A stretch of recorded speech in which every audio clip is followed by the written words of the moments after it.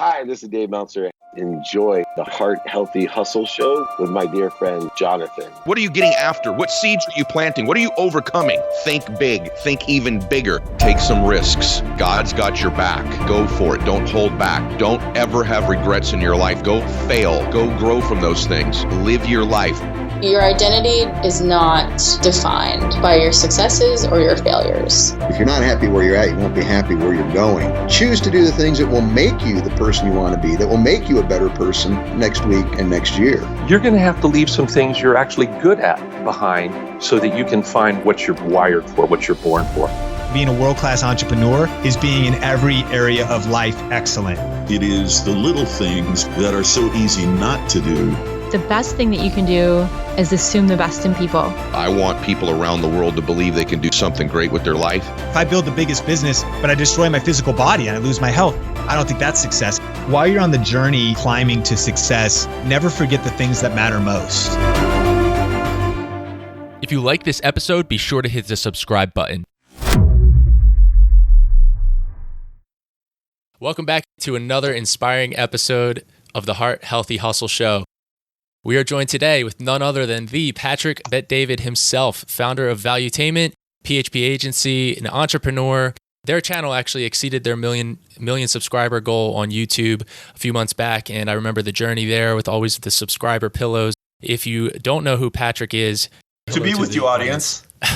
The funny story, the quick background is I've reached out probably around 10 times, and I don't know if you saw my comment. I think what finally got us connected was you had put up a picture on Instagram, and it was funny. It said something like, "This is the face you make when," and I commented something like, "When you realize that you've been invited 10 times and still haven't joined the Heart Healthy Hustle Show." I don't know if you can remember that or not, but you're a guy of humor. Okay. It's just attitude wins. It's just the reality of it. Attitude is attractive, and you have the right attitude. Good. I'm glad to hear that. That means a lot. Get into the interview with you, Patrick. We start out with a favorite success quote or a saying you live by. History will be kind to me for I intend to write it, by Churchill. Yeah, I would say history will be kind to me for I intend to write it. Have you seen his recent two movies? I saw the one. Yeah, he's an absolute genius and a guy that did it his way. And then the world finally realized how powerful he was, and they brought him in. He's a very interesting character. Yeah, with Churchill for sure.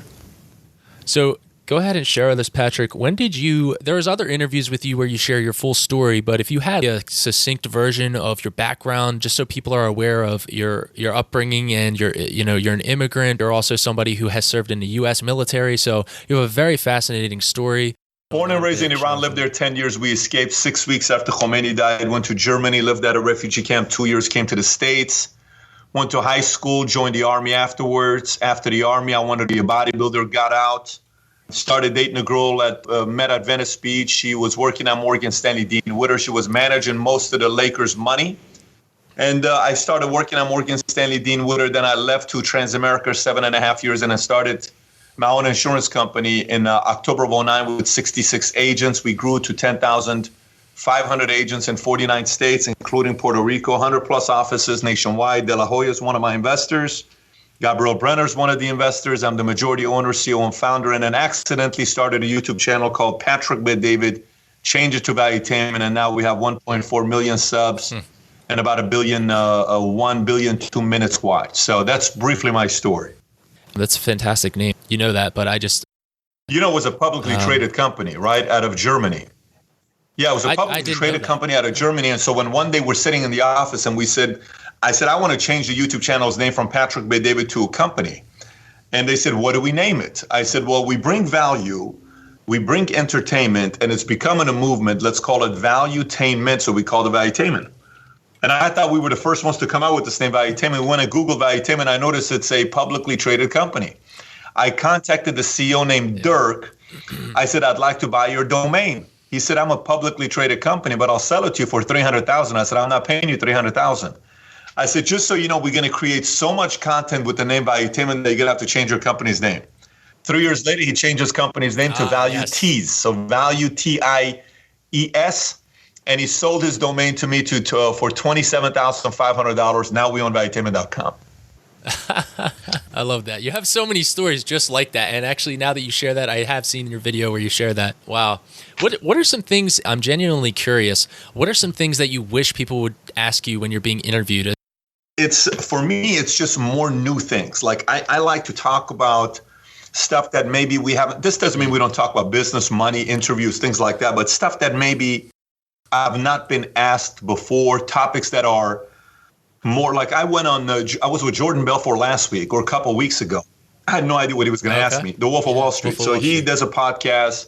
I think I'm the second guy he has on his show. Number 3 is Logan Paul, and he's bringing all these other guys. The first one was Dan Fleischman.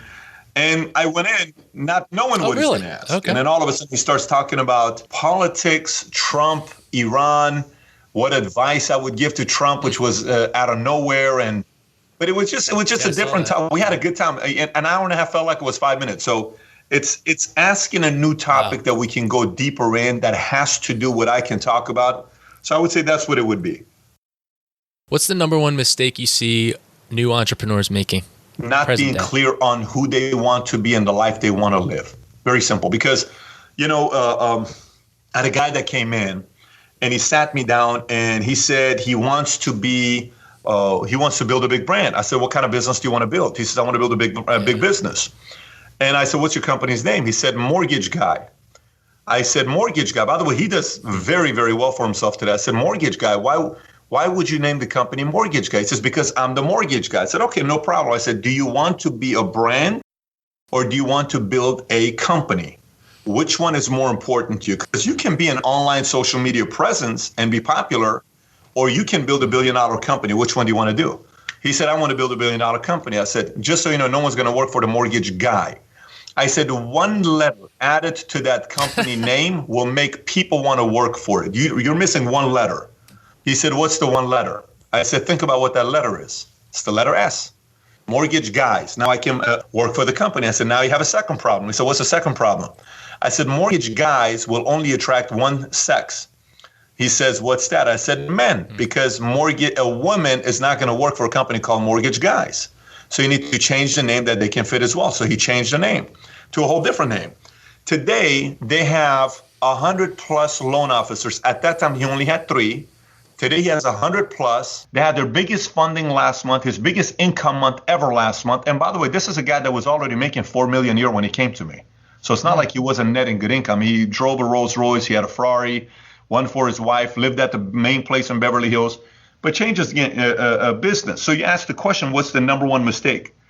He didn't fully know who he wanted to be first until those questions were asked. Then he got so clear where it's like, okay, if I'm trying to be this, why am I solving for this? He got clear.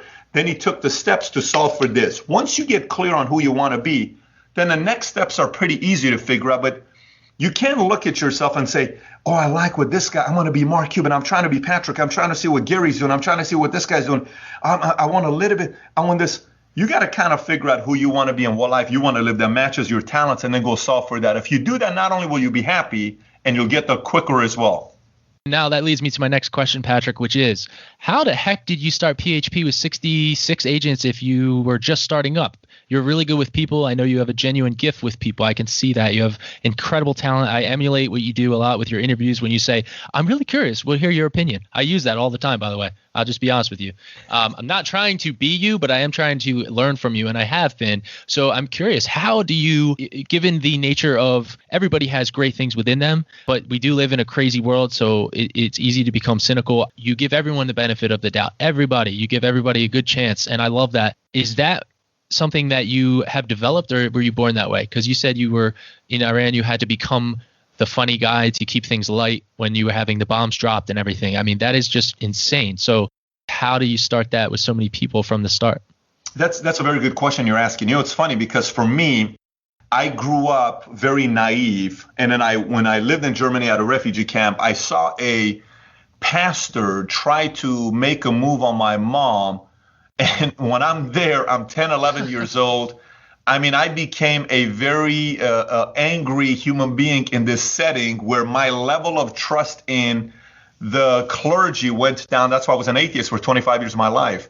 I didn't know. And then I became a little bit skeptical, extremely skeptical. I wouldn't trust anybody. And then later on, when we came to the States, I was I was a dreamer. I always had dreams on what I wanted to do in my life, but I didn't trust a lot of people. So I got out of the military. When I got out of the military, a friend of mine called me that caused me to get out of the military. That phone call gave me a lot of hope because he said, Pat, you've always been the guy in school where we looked at you as the Middle Eastern Will Smith. And, you got to get out. You can't stay in the Army. I think you can do so much more out of the Army, et cetera, et cetera. So I got out. So I said, I don't know what it feels like to have a guy talk like this because I didn't grow up in a family with a lot of, you can do this, you can do that. It was a lot of a demeaning type of an environment. Middle Eastern culture is not very, you can go out there and get whatever you want. So I got out and then I got onto the financial industry and I saw myself go from zero to building a good sized business and building a good income. And so when I saw me changing because of the books I read and the development I added to my life, my level of confidence and knowing that others could do it as well went to the roof. Very simple. Once my level of confidence went to the roof, that I believe others can change because I did, I started thinking the best way to do it is to give people the best benefit of the doubt, and it served me very well. I'm going to show you something now. I'm going to get it. It's right here. This is one of the first reach outs that I've made, and it wasn't with a shoe. I found it ironic, I guess you'd say coincidental, that you are Iranian, correct? I am. And then you made a video, about sending a shoe to get a conversation, to get your foot in the door with anybody. I literally just used the exact script that you recommended. I thought it was hilarious, and it really conveyed the attitude that I try to get across, but sometimes have some difficulty doing so. It's funny because the other shoe, this one was sent to, it's just a size, it was funny, they only had size 13s left for the dress shoe. Okay, so I had to send a size 13. I sent it out to the CEO of Lifetime Fitness. Have you heard of Lifetime Fitness? Of course, yes. Okay, I give the package, it gets to the front desk. I get a call, reached out from the front desk of, and this is about last year, about the third month into to this podcast. I'm getting real excited, getting guests on and everything, and I get a contact from the secretary, and she says, "Hey, did you send this shoe to us?" I'm like, "Yes, I did." She said, "Hey, listen, this is great. You've reached the front desk of his office. Unfortunately, at this time, he's just too busy. They were wrapping some things up. And of course, it's a podcast. I don't think he saw value in it at the time."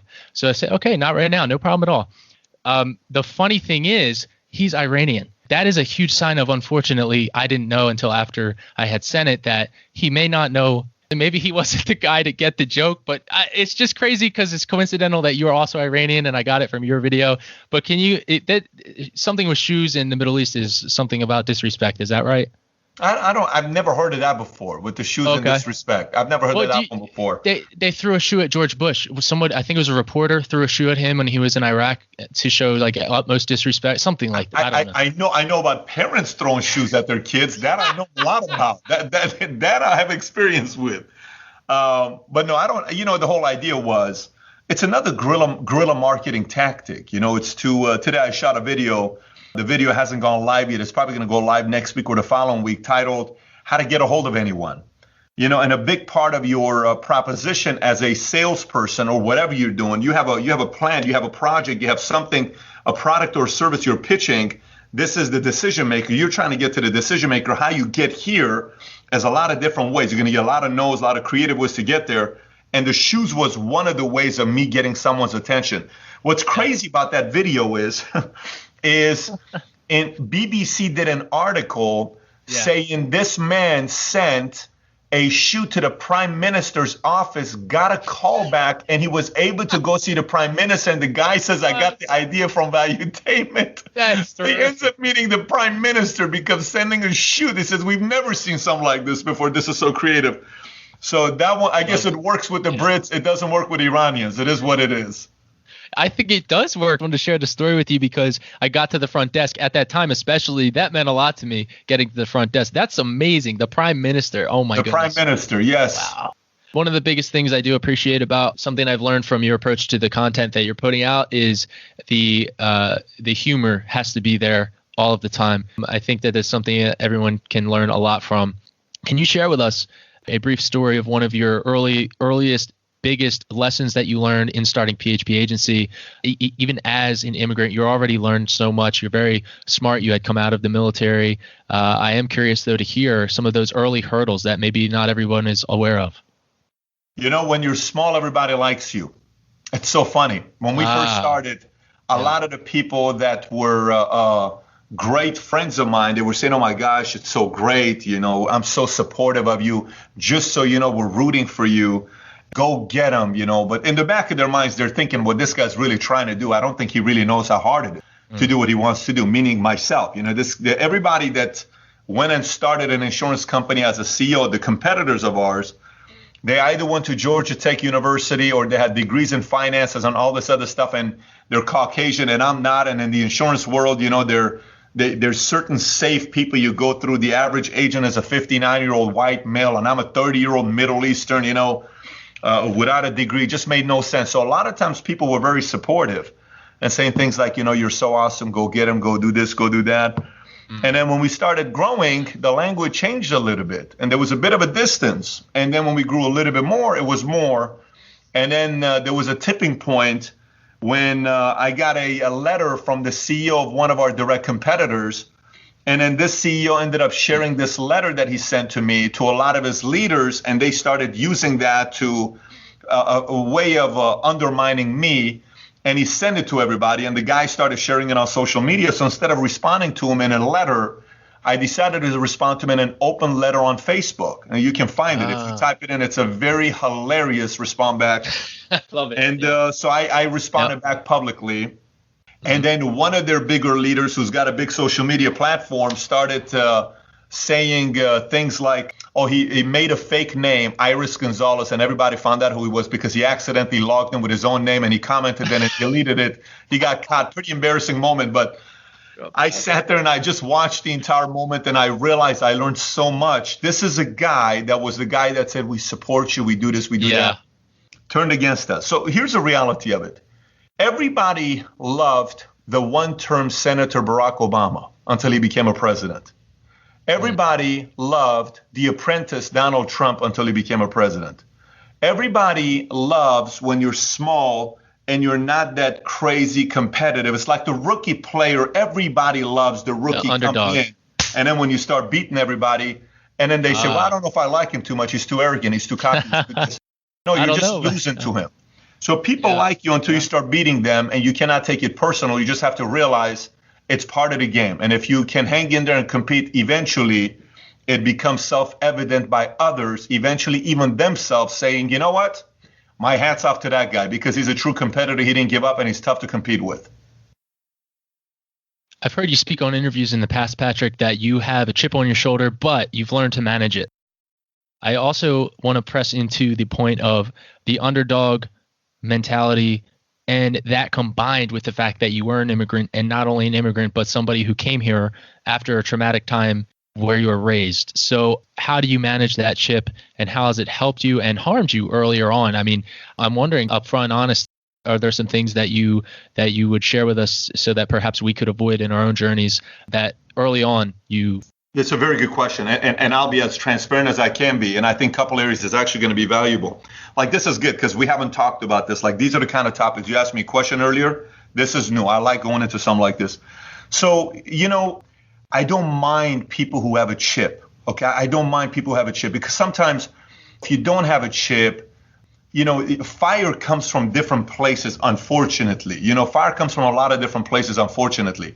But I can tell you for myself, if the idea of revenge is there to get back even with somebody, that may not necessarily get you as close to your capacity as possible. Let me explain to you what I mean by this. It's all on what you're solving for. And early on, I didn't understand that part. Here's what I mean by that.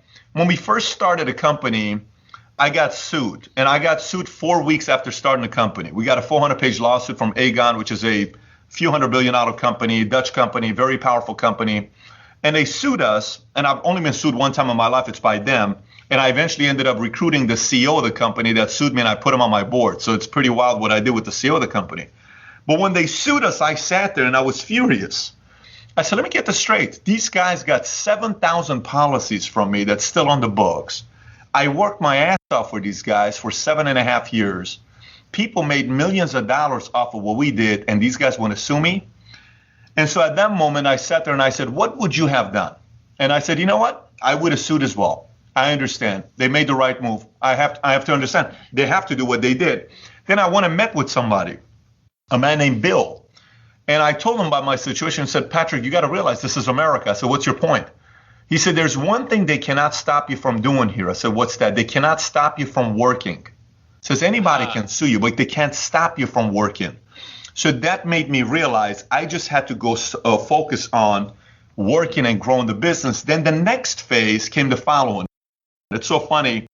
Every week, my former company would send me emails with conference calls of their main conference calls where the private secret information is being talked about, because I was a heavy duty executive there. And every week I got their conference calls for 10 years till today. I still get the conference call numbers because I have another old email address that they haven't deleted. Here's the funny thing.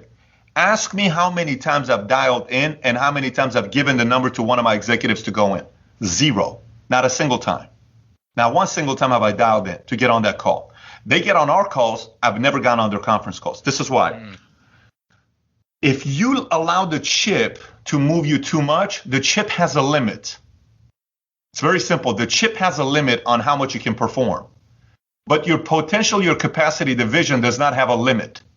The chip can slow you down. Your potential cannot slow you down. Your capacity cannot slow you down. I didn't want to slow down, so I took my energy away from the chip and I put the energy into the vision and the purpose. And the vision and the purpose created a certain fire in my belly. Well, today, I had a guy call me the other day and says, Pat, people are wondering, when are you going to slow down? I said, what do you mean? He said, a guy called the other day and said, when are you going to slow down? I said, what do you mean, when am I going to slow down? He says, honestly, people are actually asking this question like they're a bit annoyed. Because in the last week, I went to, we went with a jet. I went and spoke at Modesto. We had 1,000 people in attendance. I was in Burbank, 2,000 people showed up. I was in Santa Ana, 749 people showed up. I was in Oak Brook on Thursday, 1,332 people showed up. I was in, where was I on Saturday?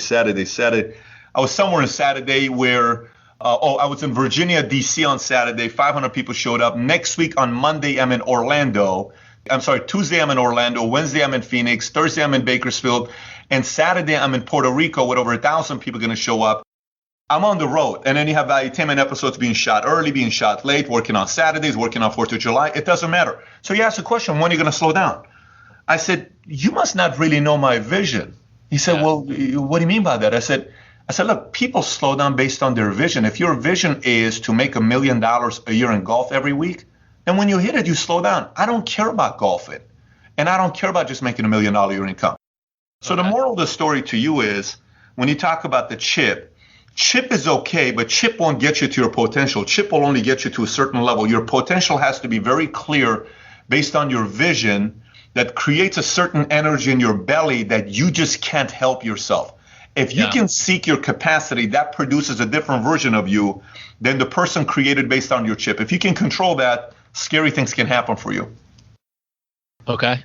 Putting everything out there. I noticed on your videos, you have a deep passion for helping entrepreneurs have a clear vision and develop that. And not only that, you've done videos how to find the right kind of spouse as an entrepreneur. I appreciate that a lot. 27 years old. I don't, it's not a priority for me at this time. Do I want to be a family man? 100%. My 3 little nieces, they're like 3 of my most important whys. I just want to make them proud. And I try to act as a conduit for the audience. So to take the focus back off me and onto you again, have you found that to be a dangerous thing, or has it been incredibly helpful to just be wide open with everything? You mentioned you did a public response on Facebook with somebody who was coming against your company a bit, and you have fun with it. Have you found that to be something that has brought you a lot of extra annoying headaches, or has it actually gained you a ton of respect? You got to stand up. Every night I tell my kids a few things, and if you follow Valuetainment, the content. There's 4 things we do as a family. We lead, we respect, we improve, we love. Lead in every situation you're in.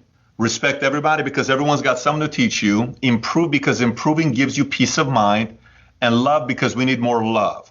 Then I ask him, what are the 4 things we pray for? My son will say courage, wisdom, tolerance, understanding. Courage. How old is your son? 7. The 5-year-old says what we stand for. The 7-year-old says what we pray for. Courage, wisdom, tolerance, understanding. Courage, because if you want to do something big, you're going to be afraid at times. You need courage. Wisdom, if you want to lead people twice your age, you need to be wise, not just smart. Tolerance, because when you're going up there doing something big, you got to have tolerance. And then understanding, because people will annoy you. But the last thing I will tell you is the following. I'll ask him and I'll say, do we bully people? They say no. I said, do we get bullied? They say no. A month and a half ago, my oldest son got kicked out of soccer practice. Have you heard this story about what happened to my son when he got kicked out of soccer practice? I'm very curious. Okay, let me tell you what happened. A month and a half ago, my son gets kicked out of soccer practice. And my wife calls me and says, Tico just got kicked out of soccer practice. I said, what do you mean he just got kicked out of soccer practice? His coach kicked him out. And I said, let me talk to him. He says, you're on speaker. You're on Bluetooth. I said, Patrick, what happened? He said, the coach kicked me out of practice. I said, why did he kick you out? He says, because I punched him in the face. I said, why'd you punch the kid in the face? He says, because he punched me in the face first. I said, are you sure you punched him? He punched you in the face first. He says, Daddy, I promise. He starts crying. I hear his voice. I'm not lying to you. He punched me first. So apparently the coach kicked him out because they only saw him punching the other kid first. And the dad started bitching to the coach, and the coach kicks my son out. So on speaker with him on Bluetooth, I call his head coach. I said, this is Patrick David. I'm the father of Patrick. He says, yes, sir. I said, I heard you guys kicked my son out today. What happened? He says, well, your son punched another kid in the face. I said, did you guys check camera to see if he got punched first? He starts stuttering. I said, no, we didn't. I said, I know it's a place of business with kids, so I'm sure you guys got cameras. He says, no, we have cameras. I said, I need you to watch the camera and call me back and tell me what happened here. He says, give us a few and we'll call you back. Hour and a half later, they call me back, stuttering, saying, Mr. David, we want to apologize. Your son is right. He got punched in the face first. I said, you don't need to worry about apologizing to me. I'm a pretty secure guy, but you do have to apologize to my son because my son is affected by this because he feels like he was treated unfairly. I'm going to bring him to practice next time. I need everybody to apologize to him. So I take my kid to practice.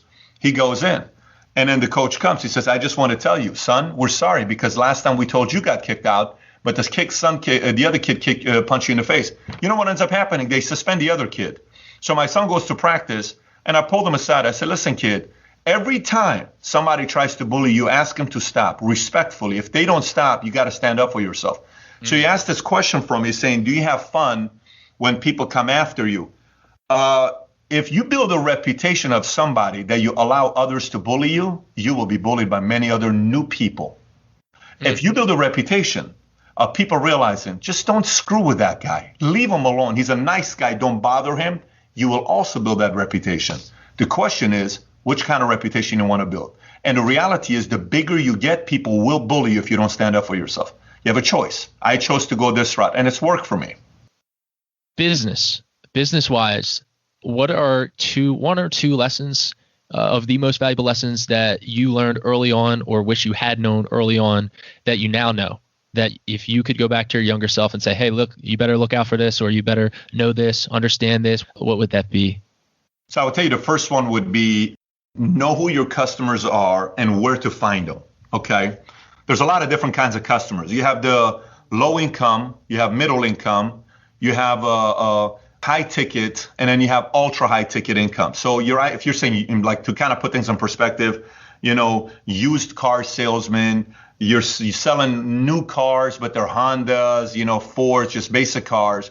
You're selling Mercedes or BMW, or you're selling Lambos, Ferraris, all that stuff. So it depends on who your customers are. Then you got to go find where your customers are, right? So put your clients in different tiers and go find them. Most of the time, people are going to the wrong places to look for their customers. So if your income is middle income, the country club will not do nothing for you. If your clients you're looking for is super wealthy, you got to be at the country club. But if I'm not in the country club business, I don't need to be there. I need to be in a different place where they're at. So that's one thing. Second thing, you ever seen the movie Moneyball? Yes, with Brad Pitt, yes. Okay. So everything to me is about data and formula. So if you look at my desk is always filled with data, always. This is all data. All of this is data. All of this I have here is data. All of this I have here, all of this is data. I am all about data and numbers. Wow. And the reason why I'm about data is because you have to figure out the formula in your business of certain behaviors and what makes them better. For example, in your business, if you make 50 calls, for every 50 calls you make, you get 5 appointments. And for every 5 appointments you run, you make 2 sales. So if I know 50 calls equals 2 sales, and if I want to make 20 sales in a month, I know I need to make 500 calls, right? Because I know my formulas. The more formulas you come up with, the more consistent of a business you can make because you have clear targets. It's not blurry. So if the basic stuff you're talking about, 1, get clear on who your customers are and where they hang out. And number 2, go get as many clear formulas and drive the hell out of those formulas. I'm personally in a stage where I'm wanting to expand my show. I want it to impact more people, but I also recognize that Ed Milet, yourself, other people who have a lot of notoriety are basically delivering the same type of show. Your show is different than mine, but someone like Ed Milet, very soulful, and you've seen his stuff on YouTube, I assume. I feel frustrated because I'm like, all right, if someone else is already giving that value, there's a lot of people seeing it. But I'm at a point where I'm just going to ask you selfishly, what do you recommend? Which direction would you recommend I go in terms of monetization, in terms of who I'm speaking to? All of that is clear, but I'm wondering, would you something that is good, would you leave it behind to then go and try to do something that you could be great at as opposed to trying to compete with people who are already so far ahead of you? Does that make sense? Or would you be romantic and say, bet on yourself? What's your take? So what do you know a lot about? So for instance, let me explain to you. Let me explain to you what I mean by this. So when you say I know a lot about podcasting, for instance, I went to a VidCon event, social media world event 6 years ago, okay? And there was a guy there teaching and selling on how to start a YouTube channel, okay? And there was another guy that was selling a package on how to start your own podcast, okay? If that's what you want to do, then that's your specialty. Here's how to start your own podcast. That's not something that interests me. But what I'm talking about is, what do you know a lot about? Sales, nutrition, how to build biceps, how to increase your vertical leap, how to do certain budgeting in a way that's better than other people. What do you know a lot about? I know a lot about health. See how you're thinking about it? That's perfect. Watch this. If you and I were to compete, in what areas could you beat me? That's a good question. You're a fairly comprehensive individual. But I have to tell you this. I guarantee you there's a lot of places you can beat me. You got to actually think about that. So when you're positioning yourself, when you're going against the competitor, you always position your area of strength versus his weakness. And let me explain what I mean. The book Blue Ocean Strategy never tells you to go head on against the competitor. Blue Ocean Strategy tells you to position yourself in a place where you're by yourself and you're growing, right? Because exactly the way you're thinking, this is a very beautiful way you're thinking. You're being very open and transparent about it. You're thinking in a perfect way because you're saying, if I go the way I'm going right now, there's other podcasters that are doing what I'm doing that they're bigger than me. Do I just want to be a top 500 guy? Right? You're thinking that. Okay. Right, that's right. So then if that's the case, there's a couple of routes you can take. Okay, and you can choose to use this in your podcast, or you can choose to cut this part in your podcast.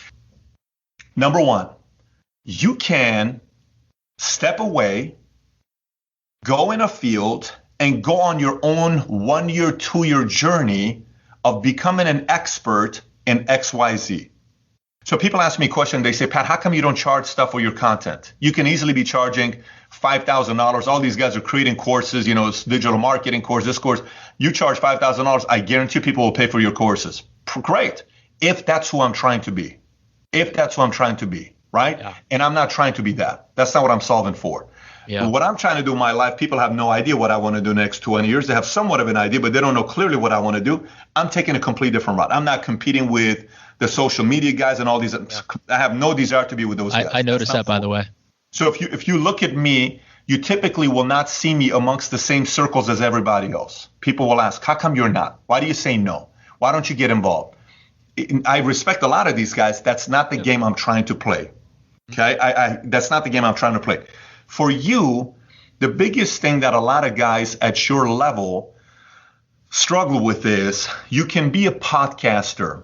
So then that means you're a radio guy. So just think about 20 years ago, you're a radio host. Either you're an incredible radio host, you're witty, you're quick, you're humorous, you're controversial, if you're like going the route of a Joe Rogan, you're extremely knowledgeable, you're smoking weed, you're doing fun, you got the fighting stuff going, you were an actor before, you're a good-looking guy, Rogan, or you're going the route of who's the other funny guy that would always have the big black, the big hair that he has. What is his name? Oh, Howard Stern. Howard Stern, and he would always make the sexual jokes and all this stuff, and people liked it because it was funny. Or you're going to go to a biblical route, maybe you're going to go to a political route, a Glenn Beck route, a Bill O'Reilly route, an Anderson Cooper route. You got to kind of figure out which one is you, right?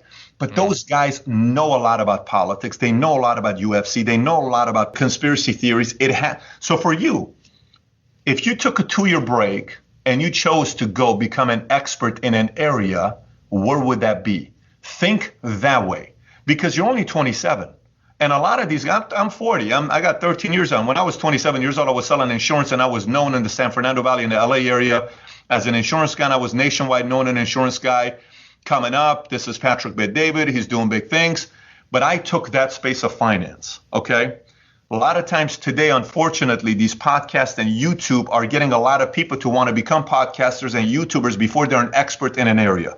It's toxic. It is. It really is, because I like creating businesses. I like building businesses. Like my wife and I were talking. We were in Monaco celebrating our 10-year anniversary. Yeah. And it looked like a great trip. Yeah, we had a great time, and guys were asking me about, hey, so when are you going to retire? When are you going to go out and retire? I'm like, honestly, I think I'm going to be building a business at 85 years old if I'm still around. I mean, I'm going to build a business, but that's me. So for you got to figure you out on what you could do to become an expert, because there's no way in the world you would follow Valuetainment if I didn't know a lot about business. If I didn't, you would just kind of be like, okay, great, another guy on YouTube that's talking about motivational stuff. And I'm like everybody else. I'm not trying to be like everybody else. This is why there's a difference with Valuetainment and the rest. Can you read that? It says Heaven on earth. I took a screenshot. You were sitting there with the caviar on ice. You had it looked like you had some lobster or some crab there. You looked out an amazing view over to your side. I imagine you were sitting there with the missus. So that to me, I was like, Patrick is enjoying right now. I was heavily. Blue Bay was the restaurant's name. Amazing. In Monaco? Yeah. Very cool. Yeah, that's some great insight. I'm going to have to go back and re-listen to that multiple times. Wrapping up the show, you're amazing with relationships. Something that I've been doing a lot better at is asking for help, is recognizing where I'm vulnerable and susceptible and letting people help me and asking and receiving that help, and also injecting humor. Can you give us a tip for facilitating growing healthy relationships, outside of the Dale Carnegie type thing? I mean, genuinely, what's your take on that? Just make people laugh. What do you think? It depends. You need different kinds of people. In life, I did a video I think like 5 years ago, and I said, when you're facing a loss, you have 3 different kinds of people you need to go to. You need to go to somebody that's just going to listen to you and comfort you, right? Hey, it's going to be okay. Don't worry about it. It's all good. Jonathan, we love you. This is phenomenal. You're so amazing, honey. Like a mother or a sister or somebody that's going to tell you how amazing you are. You need to hear that a little bit, right? Then you have another person you can go to that's going to be good at asking questions and just kind of like listen to you, but also asking questions and giving you some direction, but not really giving advice, but just asking questions. And then you also need somebody that's going to be there to call you on your excuses. Somebody that's going to say, I don't know, man, I think you're kind of full of it right now. I don't feel bad for you. Yeah. I know you probably went to your mom and you cried a little bit, and I know you probably went to your therapist and asked her some questions, but I'm not that guy. I'm here to tell you, you are meant to do something big, but I think you're making excuses, and I think you're copping out, and I think you're running away from stuff. So now here's a challenge. If you only talk to the last guy, that's also not good. You understand what I'm saying? Yeah. The challenge is most people only talk to the comforting person. They do not want to talk to the person that's going to push them and challenge them. But the reality is this person's what's going to get the best out of you as well. So going back and asking this question here about who we should build the relationships with, I think for me, when I was coming up as a CEO, one of the things that served me is I went on a board of Vistage. This was early on. Vistage is a private CEO group you join. I think you have to do like 10 million a year to be part of this group. And it's like $1,500 a month. And every month you go with 10 other CEOs and you sit there and everybody talks about their personal life, their business life, and their financial life. And you're very open about it. And everybody has to sign off that no one's personal life is going to be talked about on the outside. And so when you go in, you realize you're not the only person that's having the amount of pressure, anxiety, and panic that you're having. You're not alone. Because at that time, I'm like, I have so much pressure on myself. I'm like, I don't even know how I'm going to handle this stuff. I couldn't go to sleep. I had anxiety, had panic. I was concerned because it was my first time going through this. So it benefits a lot when you're coming up to spend time with other people who are at your level with the same level of concerns and fears, because that helps you. Then you hang out with people that are above you because you have a target to go to, but also people below you to remind you that you've been coming up as well. I'd say those three would help you out. Okay. Got it. Hey, Patrick, I have 2 more questions for you. I want to ask you. We've been going about 42 and a half minutes. Do you have 5 more minutes or do you have to run? Go right into it. I'm good. Okay. You're, in conclusion of the show, I want to ask you, you have an ability to see things a little bit unique. And I think you have mentioned this before. It had to do with the way you were raised, how you were brought up.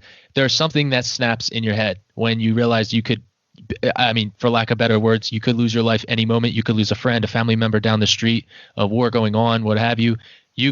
Something has to be different. So then you come to the U.S., you were in the military.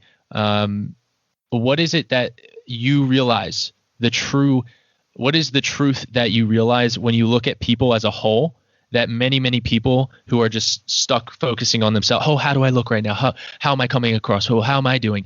You realize that it's almost like you can see yourself outside of that room and look at everybody. So what else is it? What else is that? Not a secret ingredient, but something that very few people actually have that they can walk through life with. Is there an insight that you recognize that, everybody's insecure, everybody's this? Like, is there something that the way you look at things, that gives you the utmost confidence to go big and to fail? If you fail, you fail. If you win big. Yeah. So a couple things. Great question, by the way. One I would tell you is I remember I would hang out with this one guy named John, and every time I would ask about his marriage, he would say, "Oh, our marriage is perfect. We love each other. We never fight. We do this." So that actually pushed me away from wanting to ever get married. Okay, because the reality in my life when I saw marriage was mom and dad fighting 24/7. So I said, if this guy's saying marriage is perfect, I'm not in it, because I don't think I can have a perfect marriage. So then when I realized how difficult marriage was and how many people had problems and challenges with marriage and still made it work, that made me believe that maybe it is possible. Here's the point I'm making to you. Everybody, Jonathan, is screwed up in the head. Everybody. You are not the only one.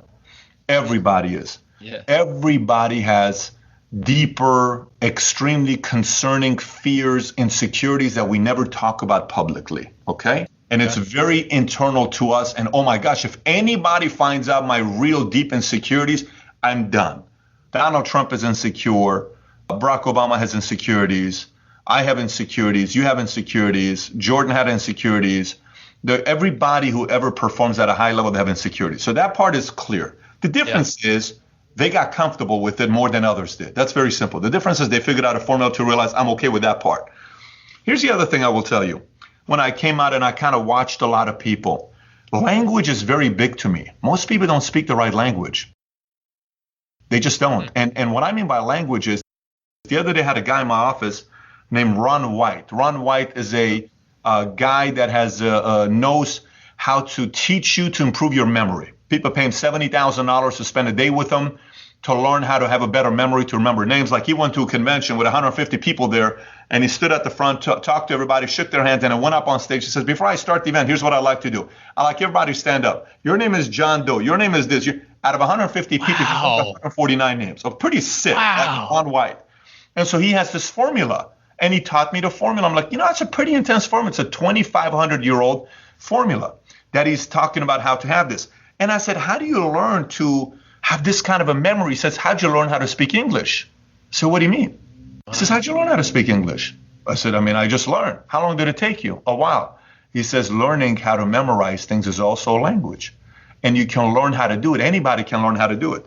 So the insight for you would be language. Most people's language is very weak.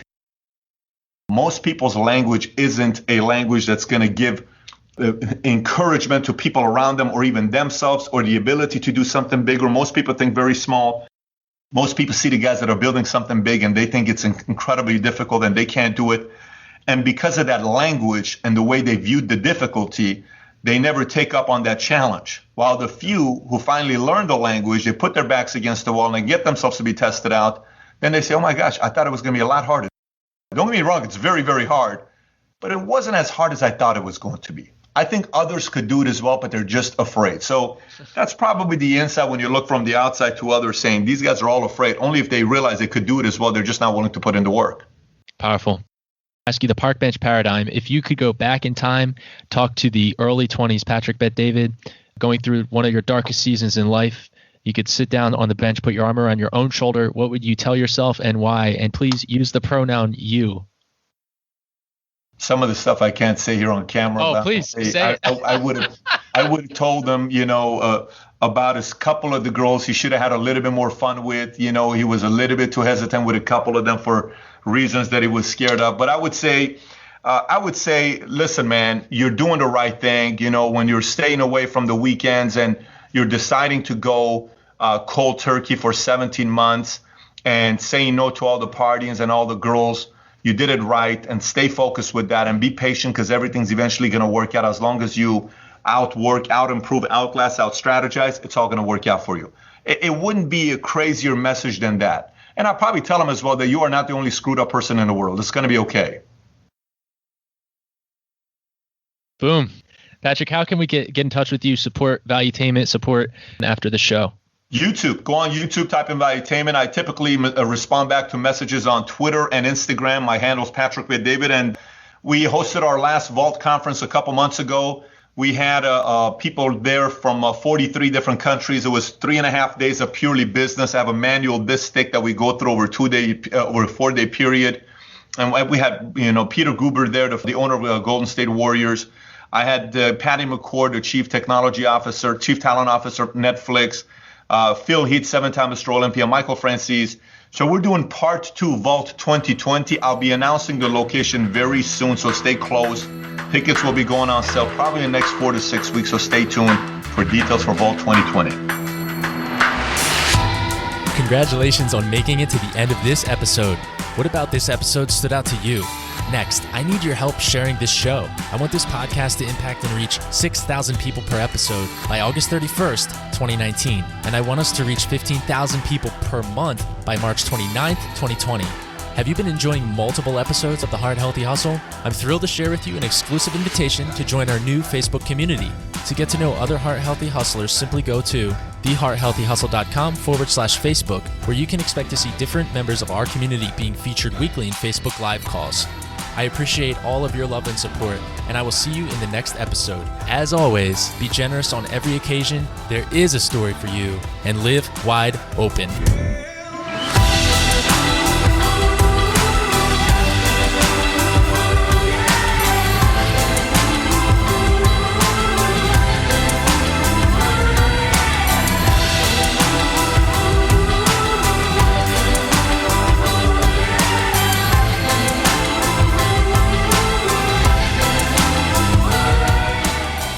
Listening allows you to multitask. Let's say you're driving to work, you're running errands, cleaning up on a Saturday, whatever you're doing. And that's why I've reached out to audible.com. I became an Audible affiliate so you can get a free audiobook. I use Audible for many of my audiobooks, tremendous selection of books readily available. So if you don't want to spend a monthly subscription to Audible, put in your name and email, at which point you can listen to that audiobook, keep it forever, and cancel your subscription before 30 days so that you don't get charged for the monthly subscription. This way you get a free book. Go to triplehaudiobook.com. That's HHHaudiobook.com.